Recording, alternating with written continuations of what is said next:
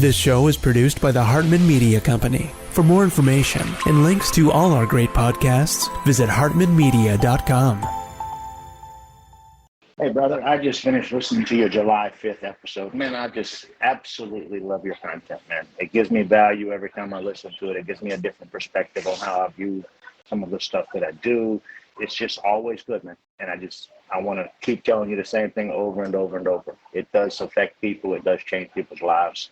And really do appreciate all of the effort that you're putting into that, because I know that you really got better things to do than this, but yet you still sacrifice that time and do it. So hats off to you, bro. Welcome to the Creating Wealth Show with Jason Hartman. You're about to learn a new slant on investing, some exciting techniques, and fresh new approaches to the world's most historically proven asset class that will enable you to create more wealth and freedom than you ever thought possible. Jason is a genuine self-made multimillionaire who's actually been there and done it. He's a successful investor, lender, developer, and entrepreneur who's owned properties in 11 states, had hundreds of tenants, and been involved in thousands of real estate transactions. This program will help you follow in Jason's footsteps on the road to your financial independence day. You really can do it. And now, here's your host, Jason Hartman, with the complete solution for real estate investors. Welcome, empowered investors. This is episode 2228. Greetings from Miami, Florida, where you get to enjoy bad service from mostly rude service people, and they expect a 35% tip. It's just unbelievable. You know, it's interesting how an area like Miami evolves to have mandatory tipping. They add a service charge of 20% to virtually everything. Yesterday, I went to a convenience store to buy a bottle of water, and they expected a tip at a convenience store. What's next? This tipping culture is so out of control, but I'd say it's more out of control in Miami than any other place. Folks, listen, I like service people. I think they deserve to be tipped. But that is when you are at a restaurant and they are waiting on your table, not when they are handing you a fucking muffin or your coffee. It's just out of control. In fact, there are a whole bunch of influencers that have channels and topic areas on TikTok and Instagram and so forth, YouTube, where they are just objecting to the tipping culture. It is just completely out of control. And people are abandoning the concept. Maybe one good rule of thumb is that if you have to stand up to order something, if you stand up and wait in line to order something, a tip does not apply. If you are sitting down and the waiter comes to you, and they wait on you, yes, of course, you tip them. And one more thing, you should tip based on merit. Remember, the culture that builds the world successfully is a meritocracy, not socialism, not collectivism, not where you just get paid for doing nothing. And they do get paid already. And now I'm relating back to when I was in Coronado, California last week. And we went to a fancy restaurant with an old friend. And the waiter just sort of disappeared, as they kind of do sometimes, never cleared the plates until I went to speak to the manager. I had to ask the manager to get the waiter to clear the plates. Just unbelievable. Does that guy deserve a tip, a big tip? Well, I tipped 10%, which I think was way too generous, way too generous. Folks, this kind of stuff is a feedback loop. We've got to reward good behavior and correct bad behavior. And if you're just blindly like a zombie over tipping, you're just rewarding bad behavior. So don't do it. Don't do it, folks. Don't do it. Reward good behavior. Reward it with an extra reward, an extra high reward. Just my thoughts on that. Okay, let's get into it. We got a good show for you today. We're going to talk about a bunch of great stuff. And we have a live talk by yours truly coming up. But first, I wanted to talk to you about the builders who are optimistic and are remaining optimistic, but some challenges definitely persist for home builders. Mortgage rates, well, you know, we thought they would go down last month with a Fed cut. They've been bumping around, but overall mortgage rates are higher. I know, it's so disappointing, but not completely. Because what does that do? That keeps people in the rental market, out of the sales market, and it keeps inventory lower. Why does it keep inventory lower? Well, because the selling decision of sellers is the delta between the current rates and the rate they have now. And the bigger that delta, the fewer people want to sell. And the more people realize that their mortgage is a big giant asset and they are subscribing to the lock-in effect, where they are just staying put until mortgage rates come down. Because why would you exchange a 3% mortgage for a 6.5% or a 7% mortgage? Very few people are willing to do that. And that's what keeps inventory low. And it also keeps people in the rental market, in the renter pool. So it ultimately, although I know it doesn't feel like that sometimes in some places where there is a lag time, and it takes a while for this to work its way through the system, but it ultimately increases rents. It can't do anything else. It simply can't do anything else. But I know sometimes you have to wait for that. And sometimes you feel like, well, Jason, my rents are only going up a little bit. It's nothing great. And I understand. But you just have to be patient. Real estate is a patience game. It doesn't move around a lot. I've said it for 21 years, but there could never be a channel on TV like CNBC that was just about real estate. Why? Because there isn't that much to talk about. It doesn't move around a lot. It's not a thing you look at daily or even weekly or even monthly. You just got to look at it annually. It's a slow moving asset class, which is good because it's not that liquid, and high liquidity creates high volatility. Now, if you're the type of person that wants to gamble and wants to watch your portfolio all day long, hey, real estate, it ain't for you. This is the slow and steady game, folks. It's the lesson of the tortoise and the hare, and the tortoise wins the race. Okay, well, mortgage rates might cool, and home builders face hurdles that rate cuts alone will not fix. October's 2-point rise in builder confidence reported by the National Association of Home Builders reflects hope for steady rates ahead, but the industry's broader challenges remain. And what are those challenges, you ask? Well, let's take a look at just a couple of them. There are more challenges than this, but here are some. Builder sentiment, we know that's pretty good. It's pretty good. Builders are remaining confident. NAHB and Wells Fargo publish a housing index, and it hit 43, showing a boost in confidence as builders anticipate lower mortgage rates, which is obviously very helpful to them. And the long view, builders looking forward to next year with optimism, says the NAHB. However, housing supply shortages and affordability remain critical challenges. Next week, we have, what? We have it coming up. It's the big decision. And the betting markets, the prediction markets, where people actually exchange money, are saying good old Trumpster is going to take it. But don't be so sure, because the deep state, he's got a lot of enemies. The deep state, the election fraudsters, they will be doing everything they can to get the stupid party girl elected. I mean, really, is it just totally shocking to you that someone as dumb as her could actually become the most powerful person on planet Earth? It's crazy. It's absolutely crazy. But this is the world in which we live, folks. It is the world in which we live, and we will see what happens. The scariest thing is not her level of absolute stupidity with an IQ that's probably only slightly above 80. The problem really is her maybe most important video. That video where she says, at the stroke of a pen, I could get someone arrested. I could have them held for, what'd she say, 48 hours without any charges. And then that would cause a cascade of problems in their life where they would probably lose their job and so on and so forth. I learned that with the swipe of my pen, I could charge someone with the lowest level offense.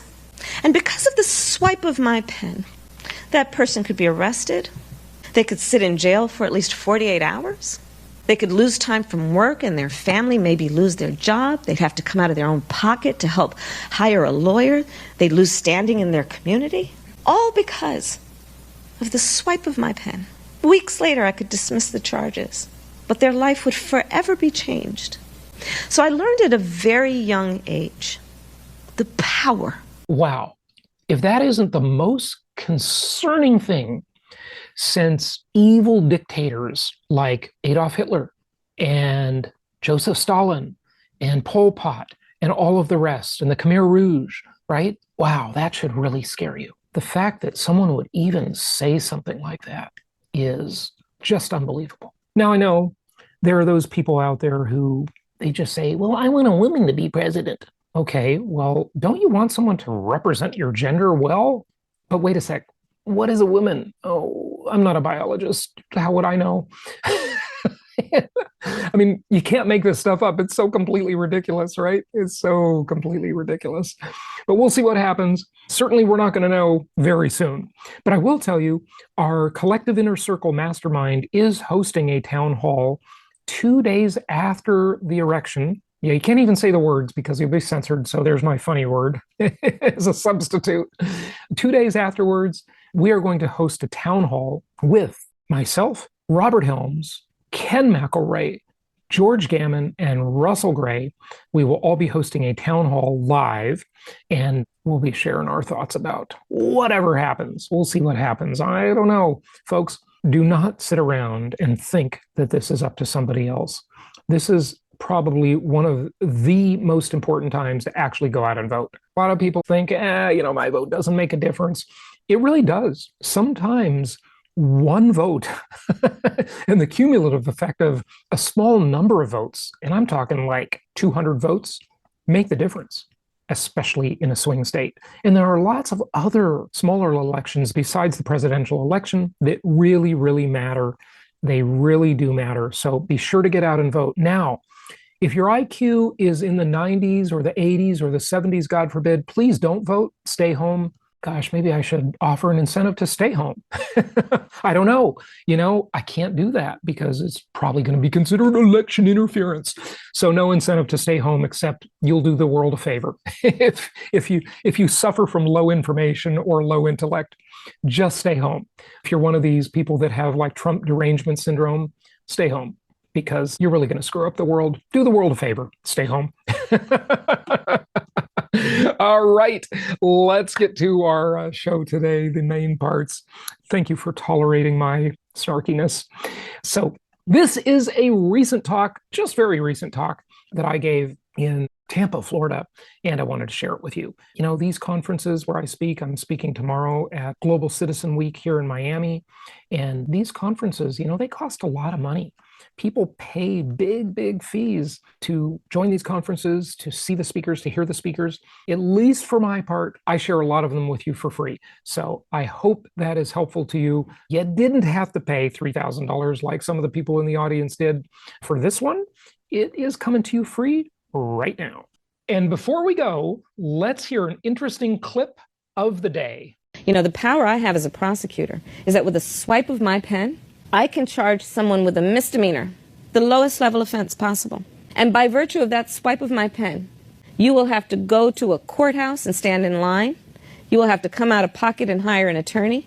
You may get arrested for a few hours. You will be embarrassed in your community. You will miss time from coming onto the Google campus. All because with the swipe of my pen, I've charged you with a crime, which I may choose to dismiss 2 weeks later.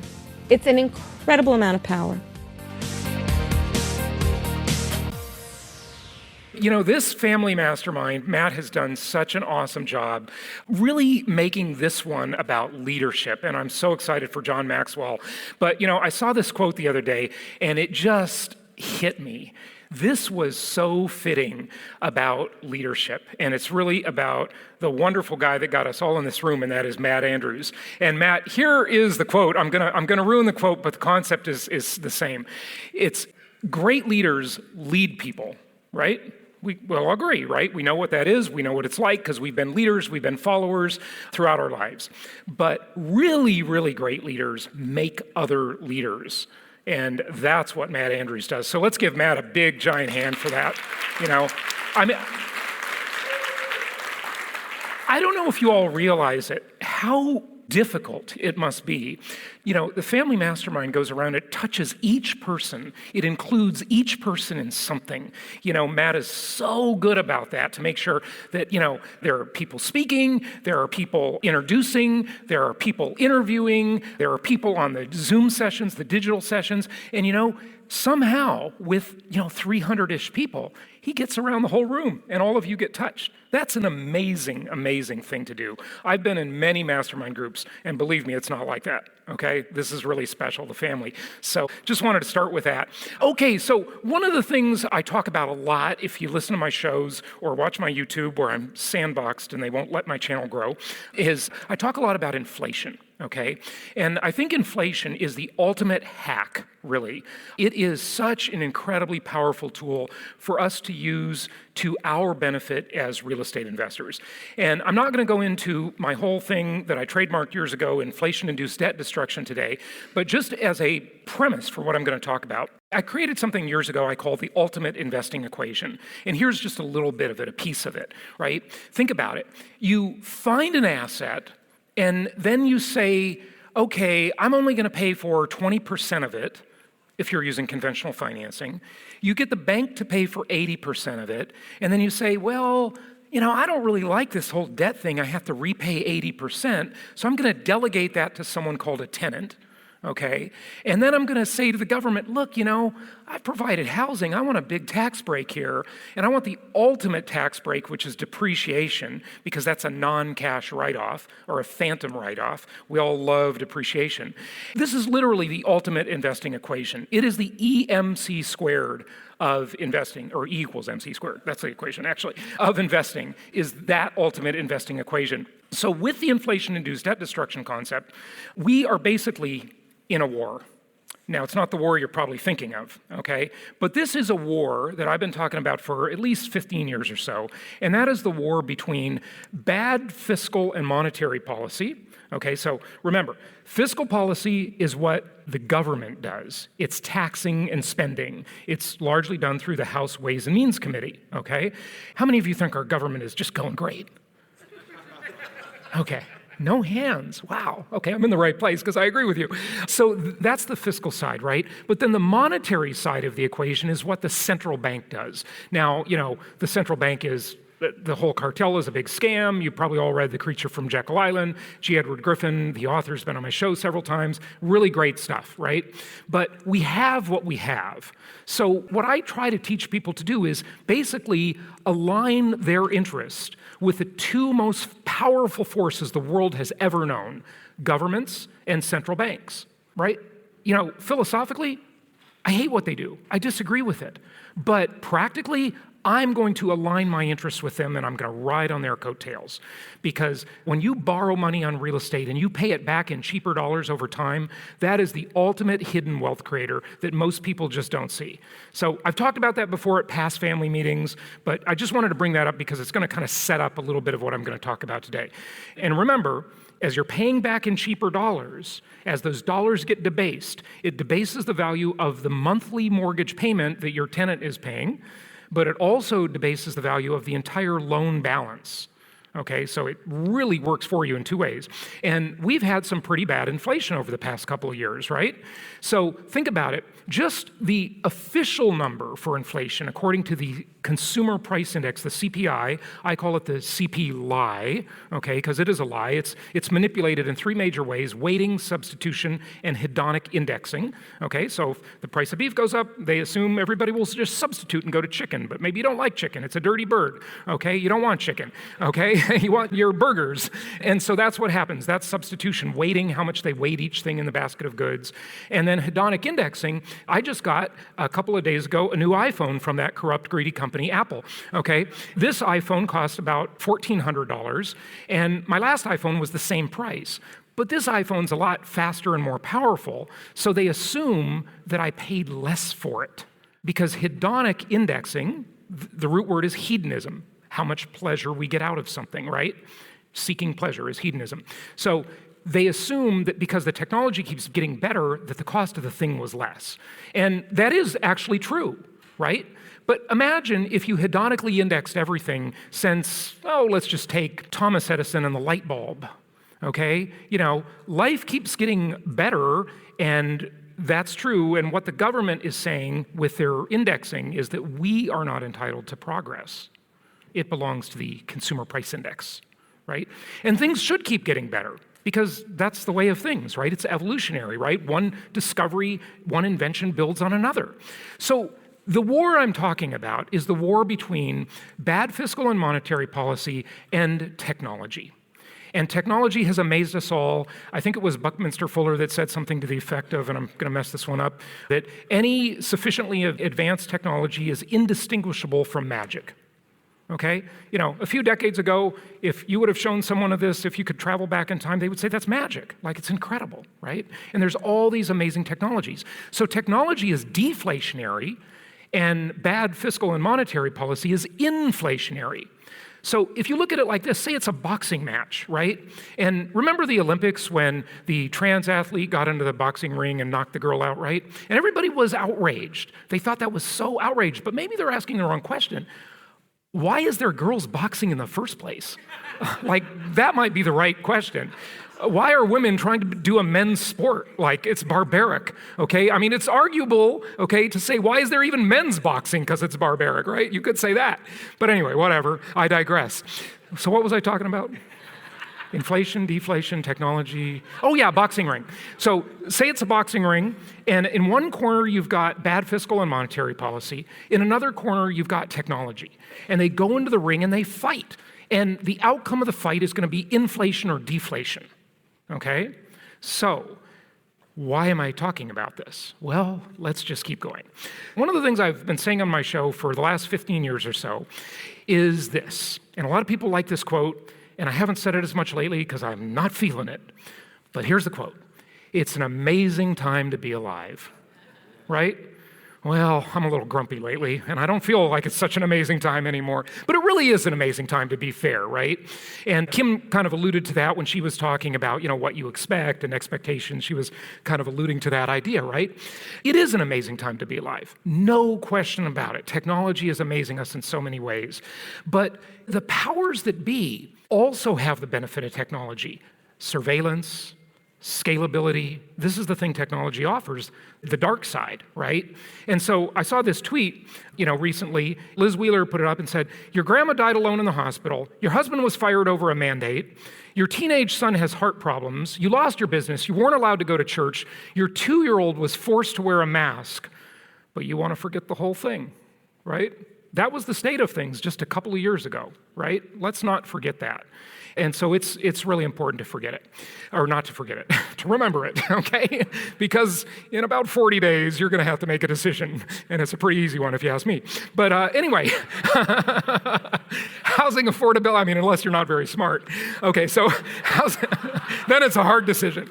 Okay, so housing affordability, right? We have an affordability crisis. Who would agree with this, right? Houses are very unaffordable. But the question is, are you sure about that?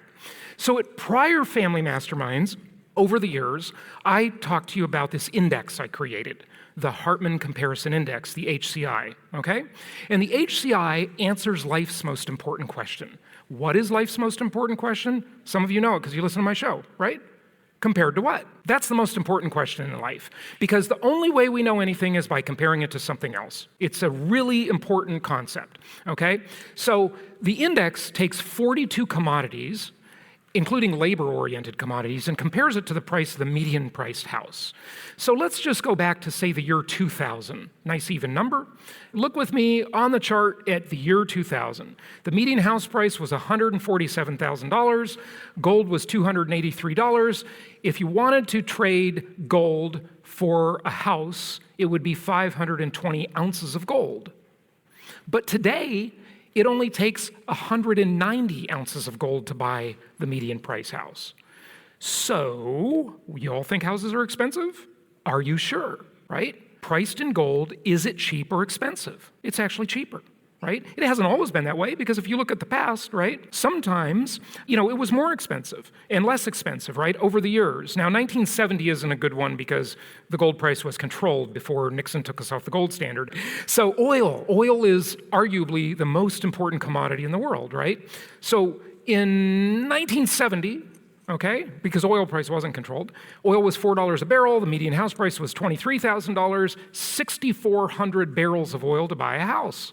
In July of this year, it was only 5,700 barrels of oil. So priced in oil, are houses cheap or expensive? Now, why does this matter? Well, it matters because, you might think, well, Jason, I'm not buying a house in oil. I'm not buying a house in gold. Well, first of all, around the world, they do buy houses in gold all the time. That's how the trading is done. You literally bring your gold in and buy a house, okay? But what you could do is, as you're saving money and accumulating for that down payment, you could invest in oil or gold or a zillion other things and store your wealth that way and then convert it to dollars at the last minute, and there you go. That's why it matters. Okay, and there's 42 things in the index. All right. So let's look at housing prices, and let's look at why all the experts pretty much got it wrong, and Jason Hartman got it right. Thank you. I know. Give him a hand. I got this right. You have no idea how many trolls I suffered to get this right, okay? People were bashing me. Look on my YouTube and look at the comments. I've just become a total jerk. I just reply back to them and tell them off, okay? You know who I got that from? Oh, by the way, great book. Safety Amos, The Bitcoin Standard, really good book. I'm a moderate Bitcoin fan. I'm not like a crazy guy about it, but it's a really good book about economics and history. You all should read The Bitcoin Standard. It's a really interesting book. Anyway, here's what happened, is that everybody, when the interest rate hikes occurred, they thought housing affordability went down the tubes. Nobody will be able to afford a house. And they're right, that's true. But they were standing in the museum looking at the painting 6 inches away when they should have backed up and seen the big picture. And the big picture is this. Here's the chart. Here's the way affordability was after the rates went up. This is the payment to income ratio, okay? It got really bad. It's still fairly bad, right? It's unaffordable. But they looked at this. They looked at new people entering the market. And that was a huge mistake. It was myopic. They should have backed up from the painting and looked at the big picture. And what did the big picture tell us? It was the people controlling the inventory that mattered. See, when the interest rate hikes happened, housing sales volume plummeted. And since then, there have only been maybe 9 or 10 million homes traded. Well, there's 140 million homes in the country. 130 million of them didn't trade. And guess what? All of those people that own those 130 million homes have super cheap mortgages, very comfortable payments, and, well, actually, here's exactly what they have. 65% of the country has a mortgage 4% or below. 24% has a mortgage 3% or lower. But always ask, compared to what? Life's most important question. And the compared to what goes into kind of another concept that's a really important concept, and that is you can't hear the dogs that don't bark. Well, on this chart, there's a dog not barking, and it's a really important thing. There's a really important thing the chart isn't saying. What isn't it telling us? Yeah, thank you. All right. What? Yeah, a lot of boomers or just people in general that don't have a mortgage at all. About 60% of the country has no mortgage, okay? Or sorry, 40%. That's wrong. I got it backwards, okay? So let's look at the market like this. Visualize your kitchen sink, okay? So in your kitchen sink, you have 3 elements. You have the faucet, you have the basin, and you have the drain, okay? The faucet represents new properties coming up for sale. The basin represents the existing inventory that's on the market now. And the drain represents buyer demand, or the absorption rate. How many people are buying houses, right? Well, what do we have now? We have a faucet that is just trickling. A little bit of inventory is coming on the market, more than before, certainly, and I'm going to show you that in a minute. We have a basin, and the basin, now, compared to what? If the basin was full, let's call that a normal, healthy, balanced market. What do we have now? The basin is half full, or if you're Peter Schiff or any doomer, it's half empty, okay? So half full, half empty. That's the basin. That's how much inventory we have. And the drain is a little clogged because housing affordability is the lowest it's been in 4 decades. So the drain is about 20% clogged, maybe 30%, depending on who you talk to. So it's draining out slowly. That's what we have. Here's the way it looks. We have right now about 725,000 homes for sale in the United States, compared to what? About 140 million housing units. Only 0.5% of the inventory is for sale. That's nothing. Normal market, about 1% of the inventory is for sale. okay? We should have double this in inventory to be balanced in a normal market. And, if you look back about, 7, 8, 9 years, we had a pretty balanced normal market back then. We don't have that now. We're still very undersupplied. But, oh, by the way, compared to what? The lowest point during the COVID era was 240,000 homes for sale. Okay, so there's your comparison. Compared to what? Life's most important question. But the real comparison is per capita, right? How many homes are available per person? That's what really matters. That's the relative thing. And this chart, I just have to tell you, is wrong. Why? Well, I'll get to that in a moment. Okay, but this chart shows that per capita housing inventory is extremely low, not the lowest it's ever been. It dipped into the lowest point during the COVID era when everybody took their house off the market, okay? But it is still very, very low. So this is already happening. And I talked about this. I did this chart about a year ago. What we did is we did a study of housing affordability based on interest rates. And we used 7% as a baseline and said, okay, if the rates go down 0.5 point to 6.5, how many new people can qualify for the median priced home? And the answer was 2.8 million. But wait a sec, let's back up. How much inventory do we have? 700,000. 725, okay? 2.8 million new people can already now qualify for the median price home. We've added 2.8 million, right? You get to 6%, and arguably, we're probably at 6%. I think in investment property, non-owner occupied rates, so they're a little higher, right? 5.4 million new people can afford to buy a house. We get to 5.5, which has been my prediction of what is kind of stasis, okay? And Fannie Mae's prediction as to where we're going is about 5.5.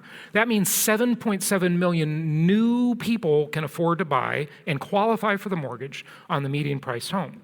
Well, of course, just because they can qualify doesn't mean they're going to buy, doesn't mean they're going to enter the market, doesn't mean they're going to start making offers and bidding up prices. But a third of them probably would. What happens when 2 million-ish new buyers enter the market when there's only 725,000 homes for sale? You do the math. Well, here's the way you answer the question. I grew up in a middle-class family. People had nice lawns. Are you fucking kidding me? I mean, how can this person actually be a potential most powerful person in the world? It's truly shocking. Okay, anyway. Over 69% of borrowers have loan-to-value ratios under 60%. We didn't talk about LTV yet. They have a lot of equity. It's nothing like 2008. Folks, if everybody's thinking 2008 is coming, they're totally mistaken. And I know the most famous last words of every investor, we all know it. This time it's different. It actually is different though, okay? So there you go. It really is different. Compared to what? Okay, we didn't talk about this. So anyone from Springfield, Ohio? No? Oh, good, okay. How's your cat doing? Okay, all right. So the census is only once every 10 years. And we have had a massive increase in population. So all of those numbers, remember I told you the numbers, were about 1.4 million homes should be for sale to have a balanced market. And that's true until you add 11 million new illegal immigrants over the last few years. That changes the dynamic quite a bit. And I know you're all foaming at the mouth. I'm so glad I own all this real estate because there's more demand for housing, right? And you're right, that's true. And initially that will give you a bump. But in the long term, it's very bad news. Now, I'm sorry, by the way, I have to apologize. I don't want to call them illegal immigrants. I'm going to use Hillary's term, workers without papers. That's the right term. I don't have to show you any chart here that just shows you that this is absolutely shocking what has happened. We have no borders in the country. It's just totally shocking, okay? So, this is a lot of new housing demand you're looking at in that picture, okay? Even when they live 4 people to a bedroom, they're gonna live somewhere, mostly, okay? And that is a lot of new housing demand. So I talked about inflation-induced debt destruction earlier, and why did I bring that up? Well, here's why. Because this is just the state cost of illegal immigration. Okay, per state. This does not include the federal cost. Well, inflation happens when the government overspends. Right now, we have over 35 trillion with a T dollars in debt. We have depending on who you ask, about $220 trillion of unfunded mandates going forward in time that simply cannot be paid by math alone. Tax the rich, they'll say. Well, fine. Okay, the IRS takes in about $4 trillion a year. Okay, so there's kind of like some numbers. The GDP of the entire country, in other words, all the labor efforts, all the production of every human in the country only adds up to about $25 trillion. So to pay for the problem, you would have to enslave the entire country to just pay the debt for 2 years. You'd have to make everybody work for free, which they probably wouldn't do, okay? And going forward, for all those unfunded promises the government has made into the future, you'd have to enslave the entire country for 11 years and make them at 100% tax rate. You don't get to keep any of your money. Pay it all to the government, right? Impossible. But she has a plan. So don't worry, there's a plan, okay? And it has to do with growing up in a middle-class family. All right. And Taylor Swift, she's okay too. I just want you to know that, okay? Good luck dealing with this shit while I hide in one of my mansions. It's unbelievable. It truly is. Okay, anyway. So look, we're going to have more inflation either way. And last night, the dinner conversation, by the way, is Nick in the room? Nick took us out to this great dinner at Ocean Prime, a whole bunch of us. I know I didn't tag enough of you on Facebook, so sorry about that. One of the subjects that Joe McCall brought up was the subject of what do we do depending on the election? Well, I don't think you need to stress about it too much because either way, you're going to make a lot of money. Okay? During the Obama era, as much as I was not an Obama fan, I bet you couldn't have guessed that. Okay. I made tons of money with Obama, okay? I mean, inflation-induced debt destruction, very, very profitable for you. So a lot of you got this card. We've got another great mastermind trip on yachts. I chartered 3 yachts in the British Virgin Islands for February, and this is how they look. These are the rooms still available, so see me if you're interested in that, or go to familymastermindadventures.com. The URL is at the bottom. And by the way, one more shout out to Matt on this when we talk about leadership. So when I came to Matt many months ago with this idea, a lot of people would have possibly responded differently, right? They would have said, well, how can I participate? How can I make some money off this? You know what Matt said? How can I support you? And that's the kind of leader he is. And that really makes a difference.